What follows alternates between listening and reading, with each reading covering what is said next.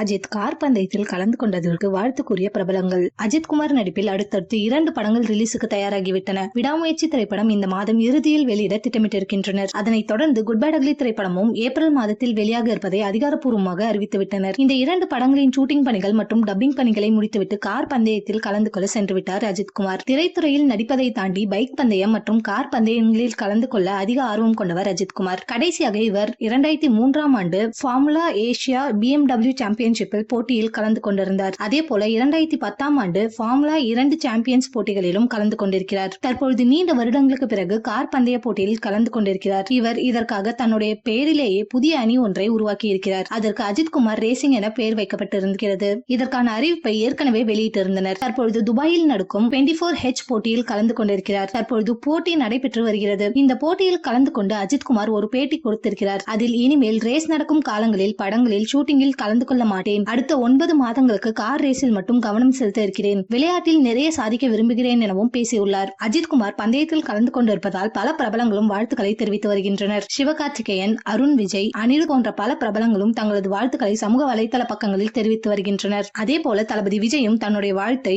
அஜித்திற்கு நேரடியாக தெரிவித்திருக்கிறார். விஜய் மகன் சஞ்சயும் அஜித்திற்கு தன்னுடைய வாழ்த்துக்களை கூறியிருக்கிறாராம். அஜித்தின் தன்னம்பிக்கையும் அவர் பேஷன் மீது கொண்டுள்ள ஆர்வத்தையும் பார்க்கும் பொழுது இன்ஸ்பிரேஷனாக இருப்பதாகவும் தெரிவித்திருக்கிறார். சஞ்சய் இயக்கும் முதல் படத்தை லைகா நிறுவனம் தான் தயாரித்து வருகிறது. சஞ்சய் முதல் படத்தின் மேனேஜராக சுரேஷ் சந்திரா இருப்பது குறிப்பிடத்தக்கது. இவர் அஜித்திற்கும் நண்பராகவும் மேனேஜராகவும் பல வருடங்களாக இருந்து வருகிறார்.